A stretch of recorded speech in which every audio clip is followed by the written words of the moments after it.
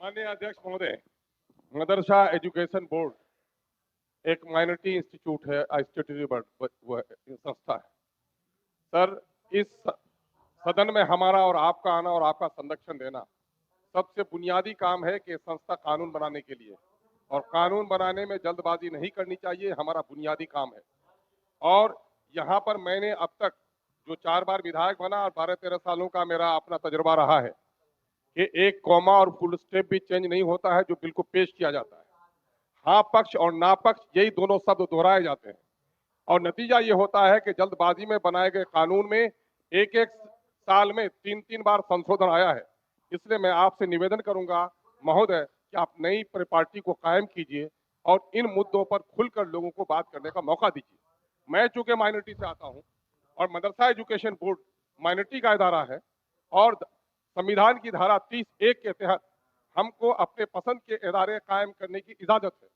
और ये सरकार जो सन 1981 का मदरसा एजुकेशन बोर्ड अधिनियम है उसके खिलाफ इस बिल को लेकर आई है।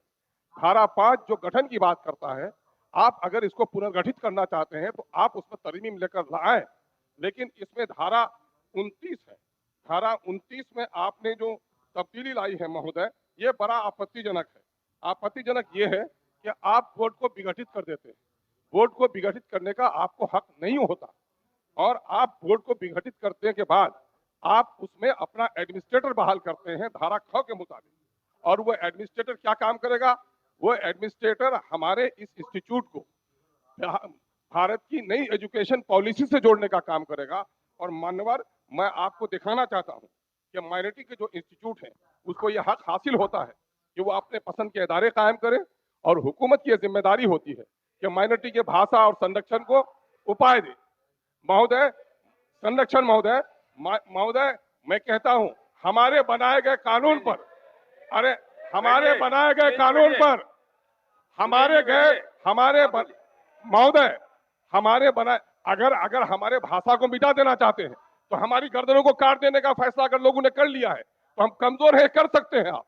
लेकिन अगर न्याय स्थापित है, लोकतंत्र जिंदा है और लोकतंत्र के आप संरक्षण है तो हमारी बातों को सुननी चाहिए।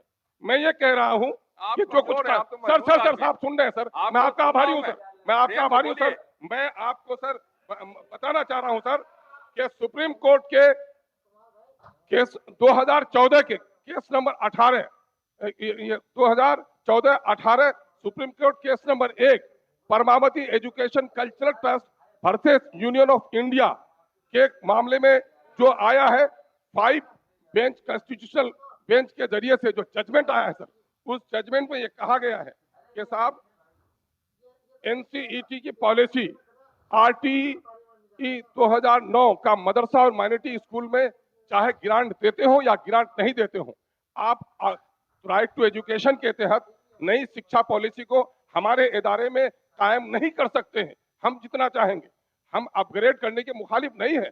एजुकेशन सिस्टम को अपग्रेड कीजिए। अब तक सरकारों ने कभी भी मदरसा एजुकेशन में साइंस के एजुकेशन के लिए न टीचर बहाल किए, न टीचरों की जगह बनाई, न आपने मकान दिया। आपको कुछ नहीं करना चाहते हैं, हम आपकी नीयत पर शक नहीं करते हैं, लेकिन पिछले दिनों में हमारी समस्याओं का समाधान नहीं किया है, इसलिए हमारे एजुकेशनल स्ट्रक्चर को आप बर्बाद करना चाहते हैं। चूंकि आर्टिकल 31 जो अक़लियतों को अपना तालीमी इदारा कायम करने का देता है, उसमें कंपल्सन नहीं है कि बिहार की नई एजुकेशन पॉलिसी हम पर आप कायम करें। आप एडमिनिस्ट्रेटर बहाल कर लेंगे, वो 5 रुपये कमेटी बनाएगा कि किस तरह से 2020 के जो एजुकेशन पॉलिसी को नाफिज किया जाएगा। उसमें एक उर्दू का जानकार रहेगा, बाकी कोई नहीं रहेगा। आप एडमिनिस्ट्रेटर को बहाल करने देना चाहते हैं तो हमारे बोर्ड का होगा क्या? मैं चाहता हूं कि आप धारा 5 में तब्दीली लाए उसके पुनर्गठन के लिए। आपने अपने उद्देश्य में भी कहा है कि हम 2020 की नई एजुकेशन पॉलिसी को लाना चाहते हैं, और आपने प्रस्तावना में भी कहा है कि पुनर्गठित और पुनर्संगठित हम करना चाहते हैं। हम इससे इनकार नहीं करते, लेकिन हम चाहते हैं कि धारा 19 में कोई तब्दीली नहीं लाए। अगर धारा 19 में तब्दीली लाएंगे तो सुप्रीम कोर्ट के फैसले के खिलाफ है, भारत के संविधान 30(1) के तहत खिलाफ है। इसलिए हम ये कहते हैं, आपसे हम जल्दबाजी नहीं करने के लिए कहते हैं, हम एक निवेदन करते हैं कि आप इसे परवर समिति में भेज दीजिए और कुछ दिनों के लिए समझने का मौका दीजिए। अगर माइनॉरिटी के हित में काम करते हैं तो माइनॉरिटी के एमएलएज हैं, माइनॉरिटी की हमारी संस्थाएं हैं, हमारे एजुकेशनल एक्सपर्ट्स हैं, उसके साथ एक बहस कर लीजिए, समझा दीजिए। हम आपकी नीयत पर शक नहीं करते हैं, लेकिन हमें समझने का मौका दीजिए। अगर समझने का मौका नहीं देना चाहते हैं, अपनी ताकत के बल पर, अपनी अक्सरियत के बल, मेजोरिटी के बल पर यह कानून पारित करना चाहते हैं, तो इसके माने है कि अकलियतों की जबान, कल्चर, उसकी मजहबी तालीम को खत्म करने की नीयत रखते हैं। और ऐसा मैं समझता हूं आप नहीं होने देंगे। ये चंद बातें आपने मेरी सुनी, बहुत बहुत शुक्रिया। और एक बात आखिर में कहूंगा कि इसमें एक सर, आप क्या कर रहे हैं, जब चाहेंगे विघटित कर देंगे। यानी सरकारें जब अलटेंगी, जब पलटेंगी, तो आप तमाम तर संस्थाओं को भी अलटते पलटते रहेंगे आपके मर्जी के मुताबिक। 3 साल के लिए, 5 साल के लिए जहाँ चेयरमैन हो गया, रहने दीजिए। अलटने पलटने का असर संस्थाओं पर पड़ने मत दीजिए। बहुत बहुत धन्यवाद।